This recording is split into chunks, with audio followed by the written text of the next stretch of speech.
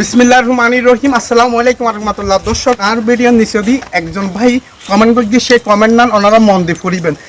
সে ভাইয়ের হতাই দেখি আই প্রকাশ্য দান করে দি ইয়ান অত্যন্ত খারাপ লাগে এবং গোপনভাবে দান করতে হই ইয়ান আল্লাহ পছন্দ করে সে ভাইয়ের হতা।